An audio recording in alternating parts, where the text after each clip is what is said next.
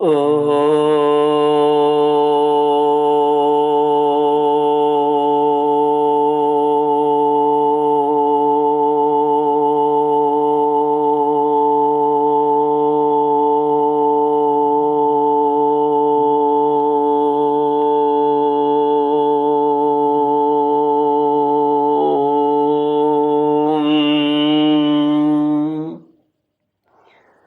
श्री गुरुचरण कमलेभ्यो नमः। श्री गणेशाय नमः। श्री सरस्वत्यै नमः। श्री विष्णवे नमः। श्री कृष्ण गोविंद हरे मुरारे, हे नाथ नारायण वासुदेव, हे नाथ नारायण वासुदेव, हे नाथ नारायण वासुदेव। श्री कृष्ण गोविंद हरे मुरारे, हे नाथ नारायण वासुदेव। ओम नमो भगवते वासुदेवाय। ओम नमो भगवते वासुदेवाय।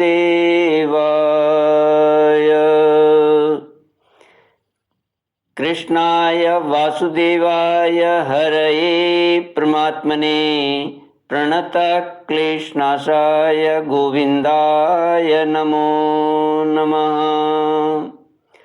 सच्चिदानंद रूपाय विश्वोत्पत्त्यादि हेतुवे तापत्रय विनाशाय श्री कृष्णाय वयं नमः। सच्चित आनंद स्वरूप परमात्मा जो सृष्टि के उत्पत्ति पालन और संहार करता है तथा जीवों के आध्यात्मिक आदि दैविक आदि भौतिक तापों को नष्ट करने वाले हैं, अर्थात जीवों के मानसिक शारीरिक और भौतिक दुखों को दूर करने वाले हैं, उन श्री कृष्ण भगवान को हम नमस्कार करते हैं।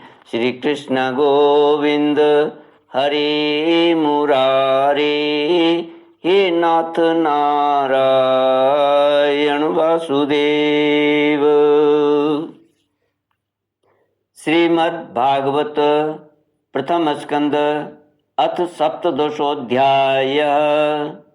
सूत उवाच तत्र गोमिथुनं राजा हन्यमानमनाथमत् दण्डहस्तं च वृषलं ददृशे नृपलाञ्छनम्।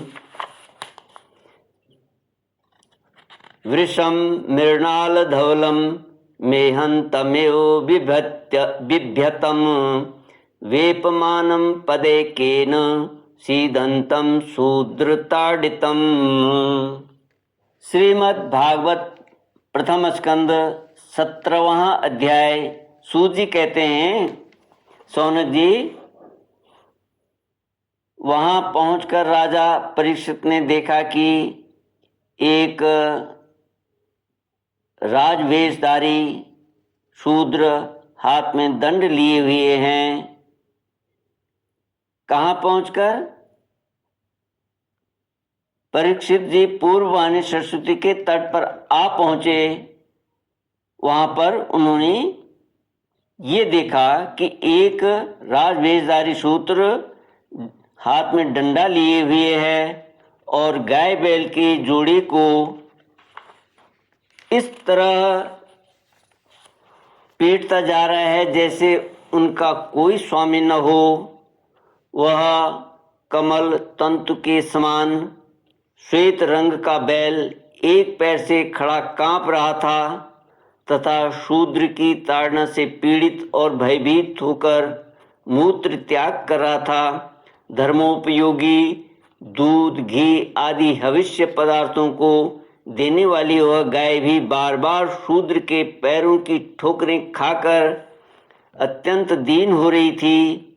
एक तो वह स्वयं ही दुबली पतली थी, दूसरे उसका बछड़ा भी उसके पास नहीं था। उसे भूख लगी हुई थी और उसकी आंखों से आंसू बहते जा रहे थे।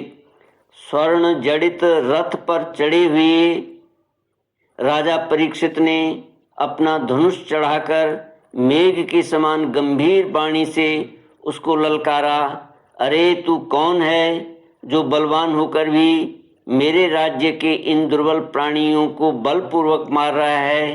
तूने नट की भांति वेश तो राजा का सा बना रखा है, परंतु कर्म से तू शूद्र जान पड़ता है।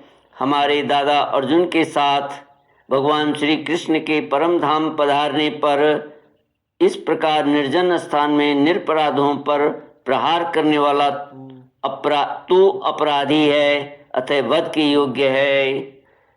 उन्होंने धर्म से पूछा, कमल नाल के समान आपका श्वेत वर्ण है, 3 पैर न होने पर भी आप एक ही पैर से चलते फिरते हैं, यह देखकर मुझे बड़ा कष्ट हो रहा है। बतलाइए आप क्या बैल के रूप में कोई देवता हैं? अभी यह भूमंडल कुरुवंशी नरपतियों के बाहुबल से सुरक्षित है। इसमें आपके सिवा और किसी भी प्राणी की आंखों से शोक के आंसू बहते मैंने नहीं देखे। धेनुपुत्र, अब आप शोक न करें, इस शूद्र से निर्भय हो जाएं। गोमाता, मैं दुष्टों को दंड देने वाला हूँ, अब आप रोए नहीं, आपका कल्याण हो। देवी, जिस राजा के राज्य में दुष्टों के उपद्रव से सारी प्रजा त्रस्त रहती है, उस मत वाले राजा की कीर्ति, आयु, ऐश्वर्य और परलोक नष्ट हो जाते हैं। राजाओं का परम धर्म यही है कि वे दुखियों का दुख दूर करें। यह महादुष्ट और प्राणियों को पीड़ित करने वाला है, अतः मैं अभी इसे मार डालूंगा। सुरभिनंदन, आप तो 4 पैर वाले जीव हैं, आपके 3 पैर किसने काट डाले? श्री कृष्ण के अनुयायी राजाओं के राज्य में कभी कोई भी आपकी तरह दुखी न हो। वृषभ, आपका कल्याण हो। बताइए आप जैसे निरपराध साधुओं का अंग भंग करके किस दुष्ट ने पांडवों की कीर्ति में कलंक लगाया है? जो किसी निरपराध प्राणी को सताता है, उसे चाहे वह कहीं भी रहे, मेरा भय अवश्य होगा। दुष्टों का दमन करने से साधुओं का कल्याण हो जाता है। जो उदंड व्यक्ति निरपराध प्राणियों को दुख देता है, वह चाहे साक्षात देवता ही क्यों न हो, मैं उसकी बाजूबंद से विभूषित भुजा को काट डालूंगा। बिना आपत्ति काल के मर्यादा का उल्लंघन करने वालों को शास्त्रानुसार दंड देते हुए अपने धर्म में स्थित लोगों का पालन करना राजाओं का धर्म है। श्री कृष्ण गोविंद हरे मुरारे, हे नाथ नारायण वासुदेव। धर्म ने कहा, राजन, आप महाराज पांडु के वंशज हैं, आपका इस प्रकार दुखियों को आश्वासन देना आपके योग्य ही है, क्योंकि आपके पूर्वजों के श्रेष्ठ गुणों ने भगवान श्री कृष्ण को उनका सारथी और दूत आदि बना दिया था। नरेंद्र, शास्त्रों के विभिन्न वचनों से मोहित होने के कारण हम उस पुरुष को नहीं जानते जिससे क्लेशों के कारण उत्पन्न होते हैं।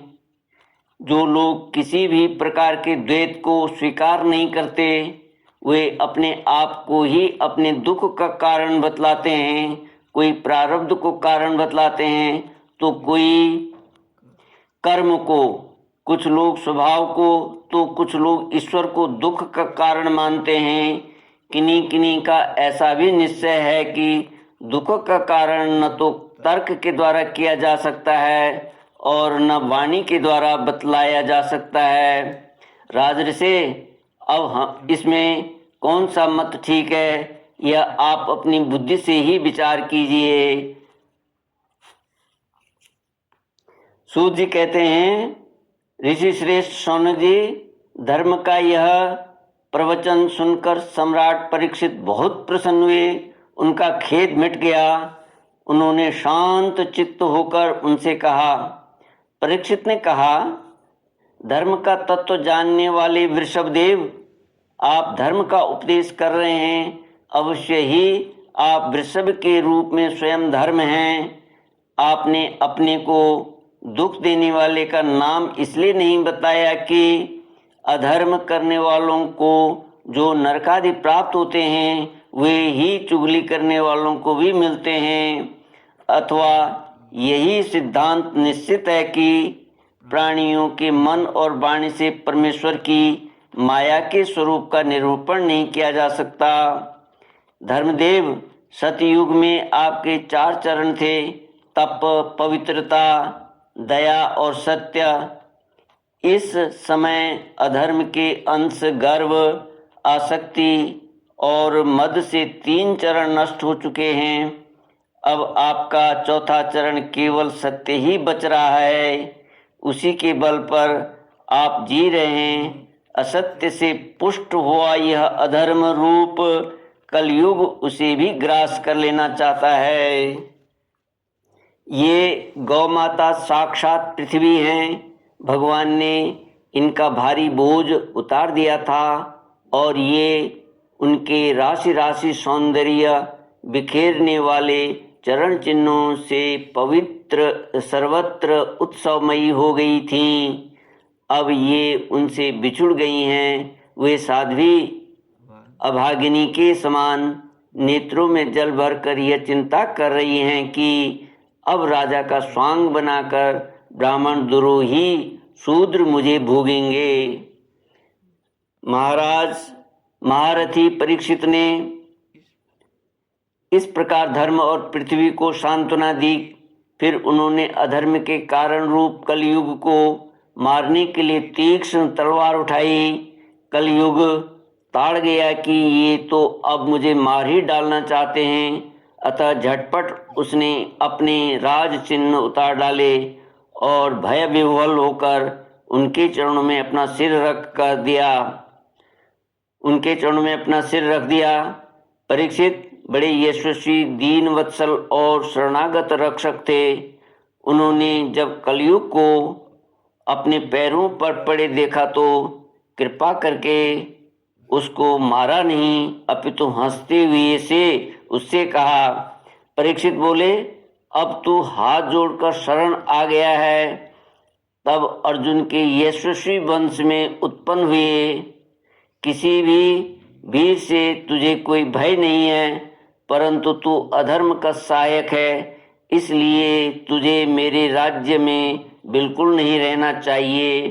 तेरे राजाओं के शरीर में रहने से ही लोभ, झूठ, चोरी, दुष्टता, स्वधर्म त्याग, दरिद्रता, कपट, कलह, दंभ और दूसरे पापों की बढ़ती हो रही है।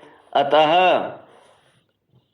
अधर्म के साथी इस ब्रह्मावर्त में तू एक क्षण के लिए भी न ठहरना, क्योंकि यह धर्म और सत्य का निवास स्थान है। इस क्षेत्र में यज्ञ विधि के जानने वाले महात्मा यज्ञों के द्वारा यज्ञ पुरुष भगवान की आराधना करते रहते हैं। इस देश में भगवान श्री हरि यज्ञों के रूप में निवास करते हैं। यज्ञों के द्वारा उनकी पूजा होती है और वे यज्ञ करने वालों का कल्याण करते हैं। वे सर्वात्मा भगवान वायु की भांति समस्त चराचर जीवों के भीतर और बाहर एक रस स्थित रहते हुए उनकी कामनाओं को पूर्ण करते हैं। सूत जी कहते हैं, परीक्षित की यह आज्ञा सुनकर कलयुग सिर उठा। यमराज के समान मारने के लिए उद्यत हाथ में तलवार लिए हुए परीक्षित से वह बोला। कलयुग ने कहा, सार्वभौम, आपकी आज्ञा से जहाँ कहीं भी मैं रहने का विचार करता हूँ वहीं देखता हूँ कि आप धनुष पर बाण चढ़ाए खड़े हैं। धार्मिक शिरोमणि, आप मुझे वह स्थान बतलाइए जहाँ मैं आपकी आज्ञा का पालन करता हुआ स्थिर होकर रह सकूं। सूत जी कहते हैं, कलयुग की प्रार्थना स्वीकार करके राजा परीक्षित ने उसे 4 स्थान दिए: द्यूत, मद्यपान, स्त्री संग और हिंसा। इन स्थानों में कर्म से असत्य, मद, आसक्ति और निर्दयता, ये 4 प्रकार के अधर्म निवास करते हैं। उसने और भी स्थान मांगे। तब समर्थ परीक्षित ने उसे रहने के लिए एक और स्थान, सुवर्ण धन दिया। इस प्रकार कलयुग के 5 स्थान हो गए: झूठ, मद, काम, वैर और रजोगुण।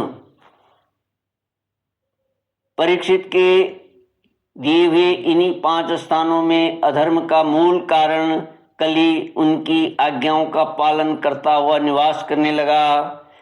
इसलिए आत्मकल्याण कामी पुरुष को इन 5 स्थानों का सेवन कभी नहीं करना चाहिए। धार्मिक राजा, प्रजावर्ग के लौकिक नेता और धर्मोपदेष्टा गुरुओं को तो बड़ी सावधानी से इनका त्याग करना चाहिए। राजा परीक्षित ने इसके बाद वृषभ रूप धर्म के 3 चरण, तपस्या, शौच और दया जोड़ दिए और आश्वासन देकर पृथ्वी का संवर्धन किया। वे ही महाराजा परीक्षित इस समय अपने राज सिंहासन पर, जिसे उनके पितामह महाराज युधिष्ठिर ने वन में जाते समय उन्हें दिया था, विराजमान हैं।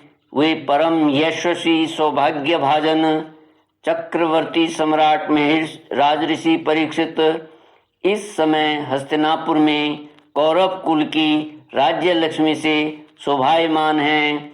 अभी मनुनंदन राजा परीक्षित वास्तव में ऐसे ही प्रभावशाली हैं जिनके शासन काल में आप लोग इस दीर्घकालीन यज्ञ के लिए दीक्षित हुए हैं। श्री कृष्ण गोविंद हरि मुरारे, हे नाथ नारायण वासुदेव।